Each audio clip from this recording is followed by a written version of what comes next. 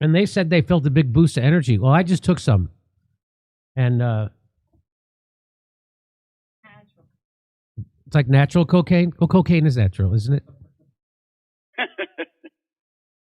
I don't know. Do you ever see how they have to make cocaine? Actually, it doesn't. They have to put chemicals on it. You ever see the? I want my coke. Yeah, you think they just take the coca leaf and then they grind it up? That's not what they do. They have to put like.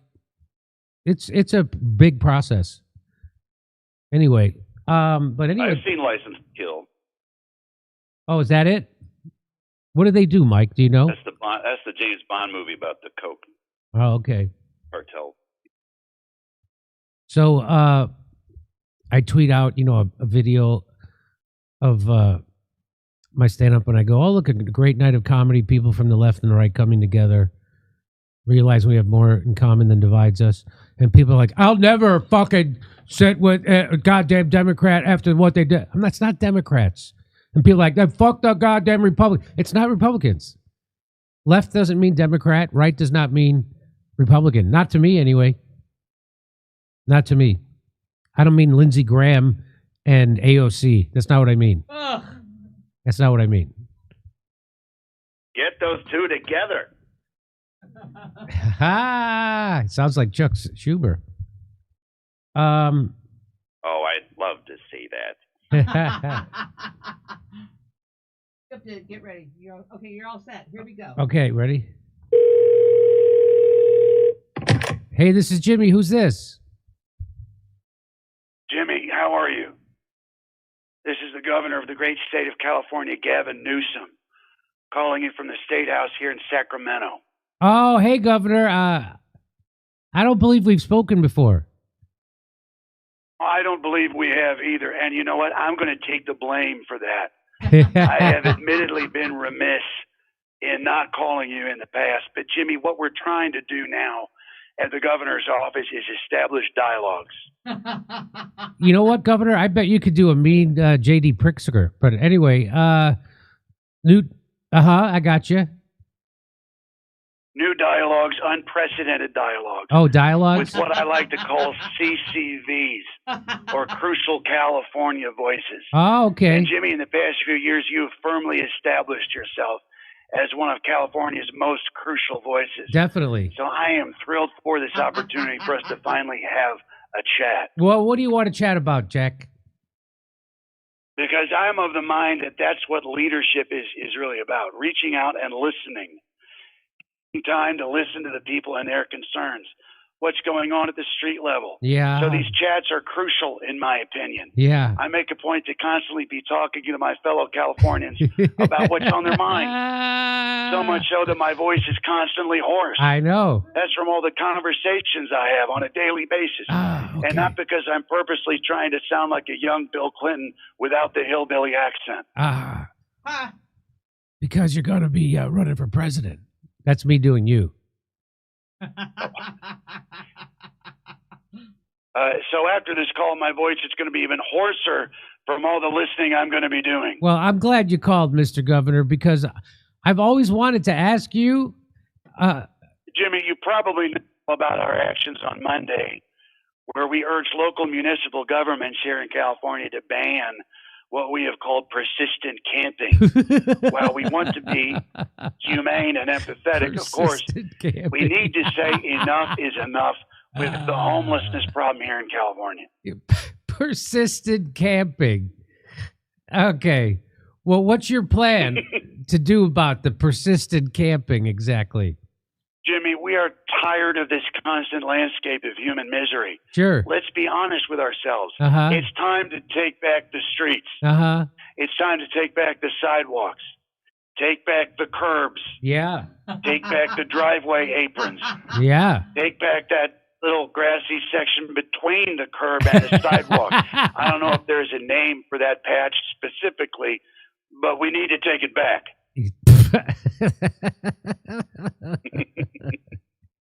Yeah, I agree. I'm with you on this.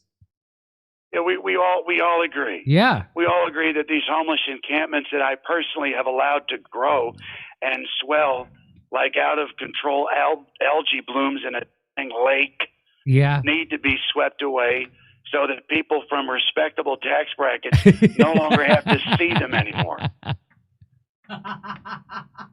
But Governor, how could you have possibly allowed this problem to get so out of hand in the first frickin' place?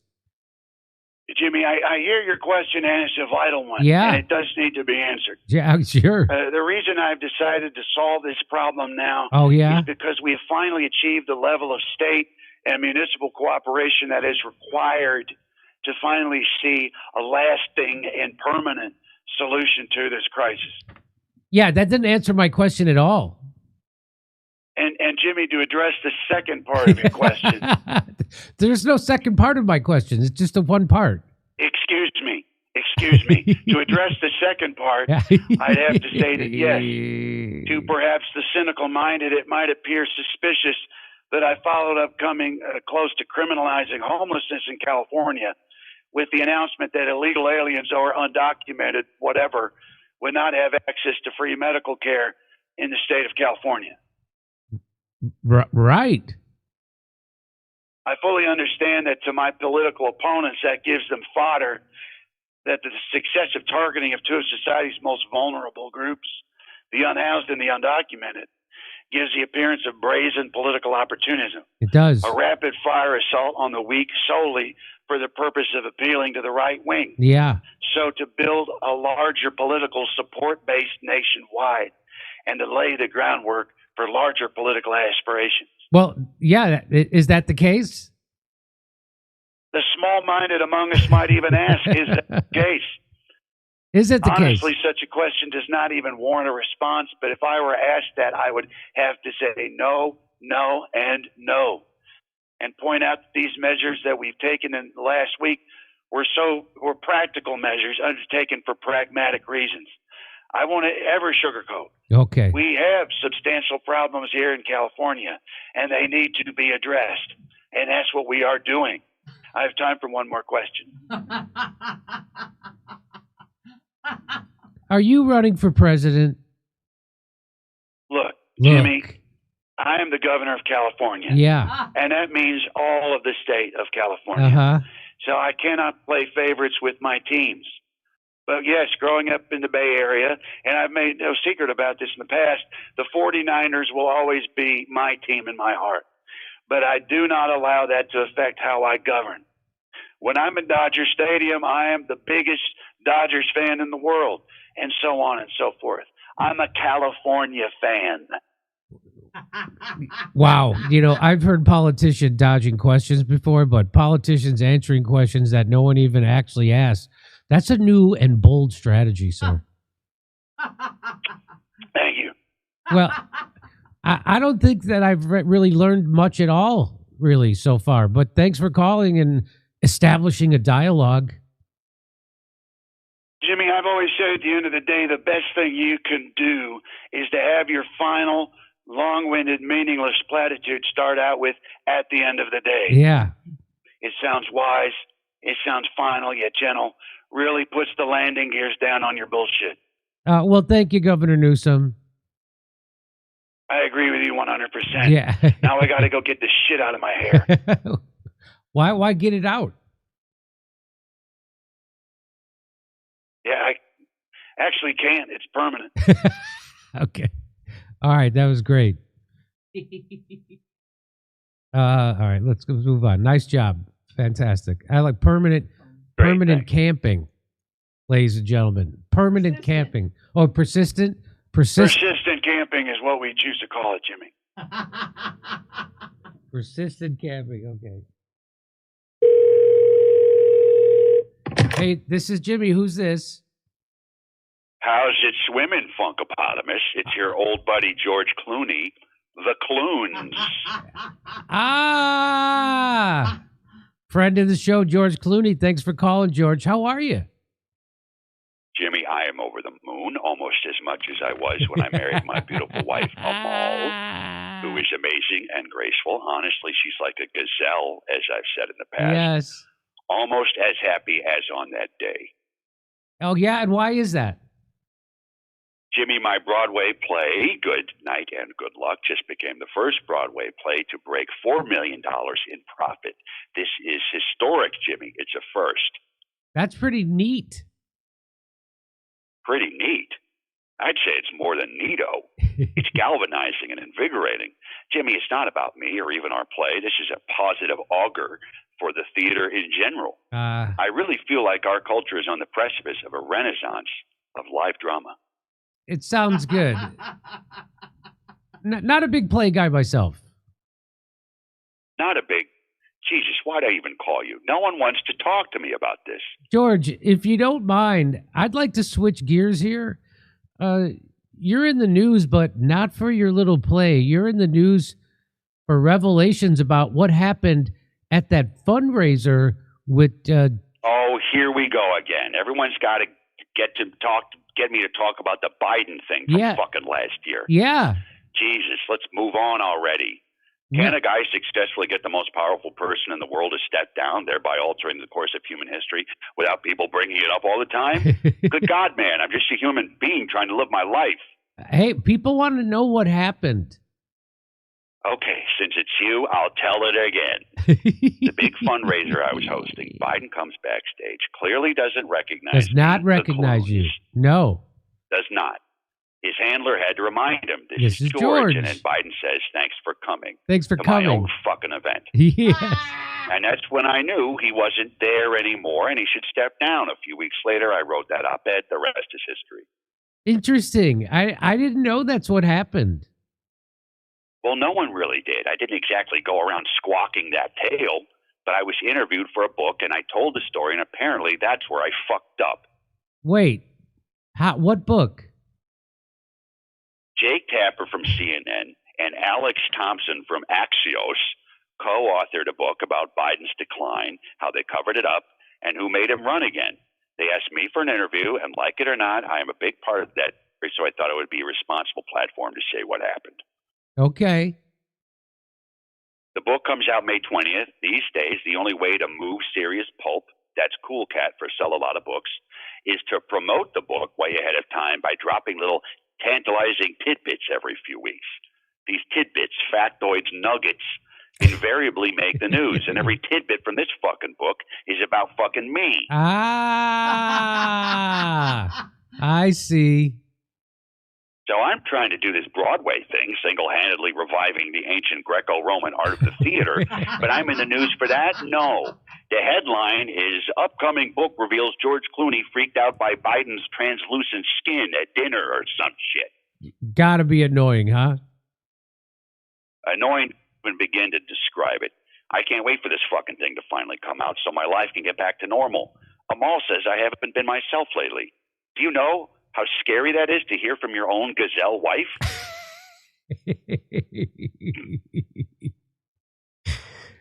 Sorry, George. Hold on. I'm getting another call here. Hey, this is this is the Jimmy Dore Show. This is Jimmy speaking. Who is this? Jimmy! This is Jake Tapper from The Lead with Jake Tapper on CNN. Hi, Jake. Jesus Christ, what do you want? Oh, is that George Clooney on the other line? Oh, don't act like you didn't know. I swear I didn't. But since I have you on the line, you don't have me on the line. Jimmy has me on the line. Now, Jimmy also has you on the line. We are co-equals on this phone call, Captain Kangaroo. You don't have me on shit. Jeez. Someone got on the wrong side of the Kingmaker's bed this morning. No, don't put that on me. I didn't ask for this. I didn't ask for any of this. Like it or not, George, you were part of the biggest news story in recent memory. And Jimmy, he told me and Alex Thompson all about it. I did. Happily. For your book. So save that info for your tome and quit releasing small, tantalizing nuggets of information which bump me back into the news cycle. Hey, Jimmy. God damn it. Did George tell you about how President Biden at the fundraiser gave him the fish? The fish? You know, gave the fish. When you shake another man's hand, and his hand is cold and unresponsive, meaning no squeeze back, that's called giving you the fish. Right, I got it. Okay. Yes, President Biden gave me the fish. It's true. Can we move on with our lives now? Just be people. Wake up in the morning, brush our teeth, go to the grocery store, fuck our friends' wives as practical jokes, which is cool cat for adultery. Just normal things. Sure thing, George. Thank you, Jake. Once the book is released. God damn it. Okay, guys, this has been enlightening, but we got to start the show. I'm about to have neither of you on the line. Goodbye. Jimmy, pre-order Original Sin on Amazon so you can find out the weird smell that George smelled on President Biden one time. No more nuggets. I should do it. I should do a story about that. Great. You know that Gravion guy came out with a video of Jake Tapper shaming people and scolding people for expressing concern about. Oh yeah. You see that? Yeah, I should. That's great. Yeah. Oh, Jake called in and addressed that one time. Remember? Yes. Yeah, I do. Yep, I do. Oh, we played that? Did we play Grabion's take already? Maybe we did. Remember when Tapper was trying to tell people he had a stutter? He goes, "Can you imagine what a little kid feels like when you with a stutter?" Yeah. No, you wonder what a little kid with a stutter. The little kid's like, "I don't fucking sound like that." That's right. Anyway, all right, great job, Mike. As always, thank you. You're the world's premier impressionist. People are clamoring for your Douglas Murray again. Well, he'll have to call back. Nobody does a George Clooney anyway. I don't think anybody does George Clooney besides you. Great. No one's even come fucking close. No, they don't. Nobody. You know who's ironically really good and that's why it's a Jimmy Dore Show exclusive, baby. It's all yours. You know who's actually good at impressions is Kevin Spacey. Did you know that? Oh, is that so? He actually even does physical impressions. He does he knows how to walk like Clint Eastwood. You ever see him do that? Oh, I'm sorry. Are you saying that I'm talented? Yes. Wow, what a revelation. Nobody knew that before. God, he is such an asshole. He really is. Maybe you can put a word in for me with Hollywood. I'll try, Kevin. Hey, I heard this Spacey guy is really good at doing things. I'll run it up the flagpole. You know how the Arabs run Hollywood, though. Well, assalamu fucking alaikum then. That's what Michael Rappaport says. He can't get work anymore since he's been defending Israel. And I'm guessing that's because the Arabs run Hollywood, right? He's so great. He looks like a mole. He looks like he's like one of those blind moles. Yeah. You mean Mike Rappaport? Yeah. Mm-hmm. Yeah. All right. Well, listen, it's been great talking to you. Do you have anything you want to plug? You want to tell people about something? Yeah, I got my own. This is all next week, so we'll talk about that. But I got my own show next Thursday and the Saturday, the 24th. If you live in the Houston area, I'm headlining up in Conroe, Texas, at the the Margaritaville Lake Resort. I will have links to that up on my Facebook and Instagram. You find me on Instagram, Mike McCrea Online, MACRAE. Okay, everybody check that out. But you don't have a website anymore? I do. I don't. Yeah, I use social media more than the website. But all the kids use IG, What? Jimmy. I know all the kids are on IG now. That's what we call it, the IG. Okay, everybody. Insta. Everybody, That's check if you're on the 24th. If you're in the Houston area, go check out Mike at Margaritaville Resort, and you go to his Instagram, Mike McCrea Online, Or Facebook. I'll have it up there too. or Facebook too if you're a boomer. Okay. I got it all covered. Yeah. Oh, you got it all covered, baby. All right, brother. I'll talk to you later. Great job as always. All right. Take care. Okay, bye.